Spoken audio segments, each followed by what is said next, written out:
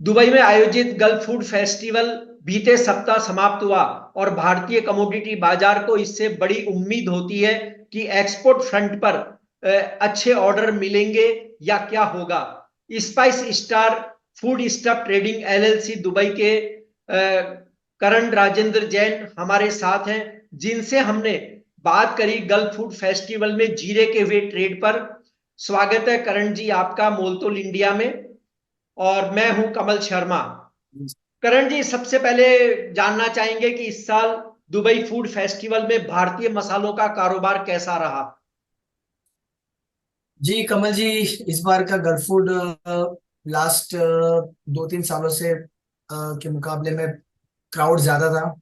सारे बायर्स और सप्लायर्स की जो वॉल्यूम था वो डबल था, आप समझो।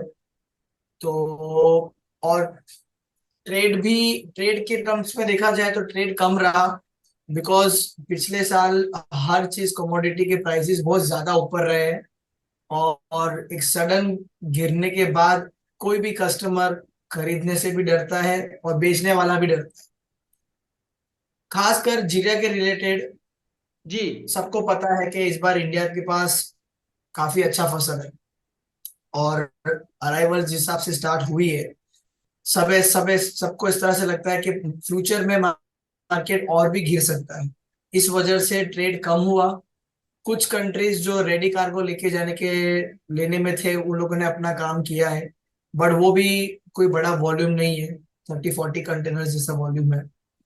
और लोग थोड़े से डरे हुए हैं कि अराइवल ज्यादा आएगी आने वाले हफ्ते में, ये हफ्ते में। तो हम सबर रुक के लेंगे, इसलिए करण जी, यहाँ सारे यहाँ पर मैं मसाले एक चीज पूछना खासकर चाहूँ। करण जी, एक चीज और पूछना चाहूंगा कि जब आपने कहा कि थोड़े बायर्स डरे हुए थे और जब गल्फ फूड फेस्टिवल जी चल रहा था तो जीरा वायदा ने भारत में 6% का ऊपरी सर्किट लगा दिया था। जी क्या जी जी उसने जी। भी कोई सेंटिमेंट बायर्स के प्रभावित किए? नहीं सर, वो सबको पता था कि कुछ दिनों के लिए ही है। उस दौरान थोड़ा सा पैनिक हुआ था, बट समय सबको पता था कि और अभी इस बार क्या है, रमजान भी जल्दी है, तो किसी को अभी लेके मीनिंग नहीं है। जो भी हमारे आजू बाजू की नेबरिंग कंट्रीज है, जो मुस्लिम कंट्रीज है, वो सब ज्यादातर जीरा इस टाइम लेते हैं रमजान के लिए, और उनकी जो रमजान की डिमांड थी वो उन्होंने पहले ही फुलफिल कर दी थी। इसलिए लोग उस सर्किट से कुछ इतना बड़ा फायदा नहीं हुआ। और जो लोग अपना मन बना के बैठे थे कि हम आराम से, जब फसल ज्यादा आना शुरू होगी मार्च फर्स्ट वीक में या फरवरी एंड में तभी खरीदेंगे, तो वो अपने उस डिसीजन पे खड़े थे। इसलिए ज्यादा कुछ बाइंग इसी वजह से नहीं हुई कि वो 6% का सर्किट लग गया। अगर उस दौरान मार्केट स्टेबल रहता तो शायद थोड़ा सा वॉल्यूम हो सकता था, बट वो बढ़ने के कारण व्यापार ऑलमोस्ट आप समझो कि 5% जितना भी नहीं था, क्यूमिन के रिलेटेड। जी जी। करण जी, इस बार कोई फूड फेस्टिवल में बायर्स की और सेलर्स की बातें बदली हुई दिखी? क्योंकि पिछली बार 650 रुपए जो हाई में जीरा बिका था, वो इन दिनों लगभग 250 रुपए चल रहा है। तो कुछ आपको जी लगा कि जी जी ट्रेड में कोई बदलाव आया? जी सर, बहुत बड़ा बदलाव दिख ही रहा है। हर साल गल्फ फूड में बहुत ज्यादा व्यापार होता है, ओवर ट्रेड होता है, जिसके हिसाब से मार्केट पैनिक होता है। इस बार उल्टा है। और बायर भी पता है कि भाई देखो, 650 तक जाके आया है, पर हर चीज की एक कीमत होती है सर। जीरा 650 वाला प्रोडक्ट नहीं है। ये तो पिछले साल चला गया, और इस साल सबको पता है, और इंडिया से ही न्यूज जा रहा है कि बहुत बड़ा फसल है। दूसरा, आने वाले 2-3 महीनों के बाद, जैसे कि चाइना का क्रॉप भी सबको पता है कि इस बार डबल आने वाला है। सीरिया में भी डबल क्रॉप है, अफगान में भी है, टर्की में भी है। तो जो सेंटीमेंट है बायर्स के, वो सबको वेट एंड वॉच वाला ज्यादा है। और सबको पता है कि जैसे जैसे दिन और गुजरेंगे, वेदर भी अच्छा होगा इंडिया में, अराइवल भी बढ़ेगी, तो हम लोगों को कोई जल्दबाजी नहीं है, हम मार्च फर्स्ट वीक में भी खरीद सकते हैं। इसलिए ज्यादा व्यापार नहीं हुआ। इवन सप्लायर भी इंडिया से वेट करने के लिए बोल रहे हैं बायर को कि अभी आप मत खरीदो, एक हफ्ता 10 दिन के बाद रुको, आपको बेटर प्राइस मिल सकता है। यानी बायर एग्रेसिव नहीं थे बाजार में? नहीं नहीं, बिल्कुल एग्रेसिव नहीं थे सर। सिर्फ 5% व्यापार हुआ है, वो भी रेडी ट्रेड में। जैसे कि चाइना में थोड़ा बहुत बिजनेस हुआ, उनको रेडी कार्गो चाहिए होता है। जो लोग को आराम से लेना है वो सब लोग खड़े हुए हैं, अभी भी ज्यादा बाइंग नहीं हुई है। सीरिया, टर्की और अफगानिस्तान के कोई ऑफर थे बाजार में? नहीं, सीरिया में कोई क्रॉप बचा नहीं है, अफगान में भी नहीं है, चाइना में भी नहीं है। जो बहुत थोड़े सो जो रीसेल कार्गोस थे वो ऑलमोस्ट सब खत्म हो चुके हैं। तो मार्केट में भी है इंडिया का ही जीता। और चाइनीज ट्रेडर का क्या रुख रहा फूड फेस्टिवल में? सर चाइनीज ट्रेडर ही थोड़े बहुत एक्टिव थे। जो मैं आपको बोल रहा हूँ कि 5% जो काम हुआ गल्फ फूड में, वो चाइनीज ट्रेडर्स ही खरीदी करके गए हैं। पर वो भी उनका वो बड़ा वॉल्यूम जो होता है कि वो हमेशा बल्क में खरीदी करते हैं, वैसा इतना कुछ बड़ा बल्क में बाइंग नहीं था। थोड़ा बहुत ही था जिससे थोड़ा बहुत काम हुआ, बट वो बिल्कुल भी जीरे के एक्सपोर्ट के हिसाब से जो वॉल्यूम में चाइना में जाता है उसके कंपैरेटिवली कुछ भी नहीं था ये वॉल्यूम। थोड़े बहुत कार्गोज जो गए हैं वही बस। आपने जो थोड़े बहुत सौदे होने की बात कही है, अगर हम एक मोटे तौर पे देखें, एवरेज कितने कंटेनर का ट्रेड हुआ होगा और प्राइस रेंज लगभग क्या रही होगी? मेरे उस दौरान सर 3,600 से लेके गल्फूर के आखिरी दिनों तक 3,450 तक कुछ मेरे अंदाज है 30 से 40 कंटेनर का काम हुआ होगा चाइना बेस में। अन्य और कोई स्पाइस को आपने नोट किया जिसमें ट्रेड हुआ हो?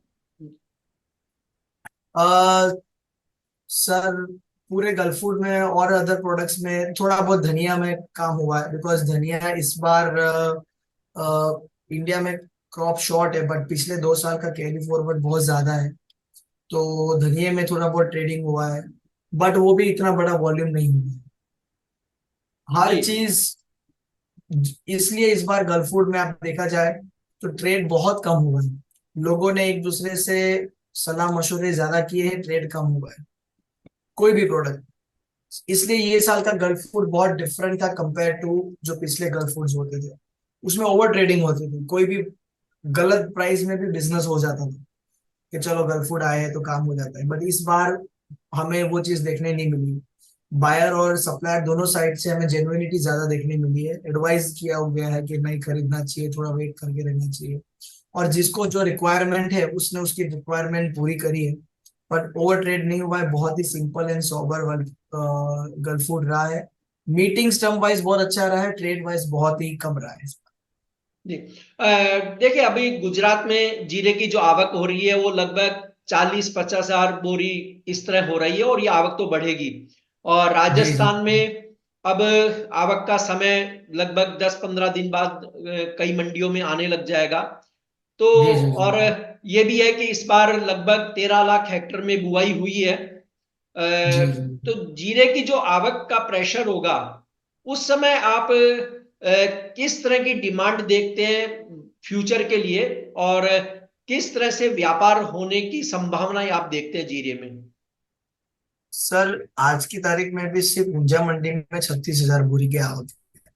और ओवरऑल गुजरात में कम से कम 89 to 90 थाउजेंड गुनी आज की आवक है, जो मुझे लगता है दिन भर दिन और बढ़ेगी। जैसे आज से ऑलमोस्ट 1 महीने बाद या 20-25 दिन के बाद राजस्थान का क्रॉप भी आना शुरू हो जाएगा, तो उस टाइम पे अराइवल यहाँ से डबल दिखती है। शायद 1-1.5 लाख गुनी भी आ सकती है दिन में, कोई बड़ी बात नहीं होगी सिर्फ ऊंझा मंडी में। सो इस हिसाब से सारे कस्टमर्स डरे हुए हैं कि क्या बॉटम जा सकता है। मेरे हिसाब से जो जीरा गिरना शुरू होगा सर वो मार्च एंड या अप्रैल 15 तारीख के बाद, क्योंकि उस टाइम पे रमजान एंड होगा और उस टाइम पे डिमांड ओवरऑल मार्केट में भी कम रहेगी। सो इस साल जीरे का एक्सपोर्ट काफी ज्यादा हो सकता है इंडिया से, बिकॉज उसके प्राइस के हिसाब से, बट वो भी मई मई से पहले। अप्रैल मई में जो थोड़ा सा डिमांड मुझे लगती है वो आ सकती है इंडिया के लिए। बट मेरे हिसाब से इंडिया का जीरे का भाव बहुत ज्यादा गिर जाएगा 15 अप्रैल के बाद, क्योंकि उसके बाद इतनी पैनिक डिमांड नहीं होगी। जो हमारे नेबरिंग कंट्रीज है वो सबकी पाइपलाइन भी खाली है। बट सबका माइंडसेट इस तरह से है क्योंकि जो दूसरे ओरिजिन है जहाँ पे जीरा होता है मई जून जुलाई में, जी। चाइना सीरिया अफगान में, उस सब जगहों पे बहुत बड़ी क्रॉप दिख रही है। इसलिए लोग वेट करेंगे कि भाई 1.5 महीने बाद अगर हमें और कोई नई फसल मिल रही है तो हम मार्केट को वेट करेंगे, और वही सेंटीमेंट हमें इंडिया में देखने मिलेगा। मुझे लगता है कि इंडिया का जीरा काफी नीचे तक जा सकता है, बट वो अप्रैल 10-15 तारीख के बाद।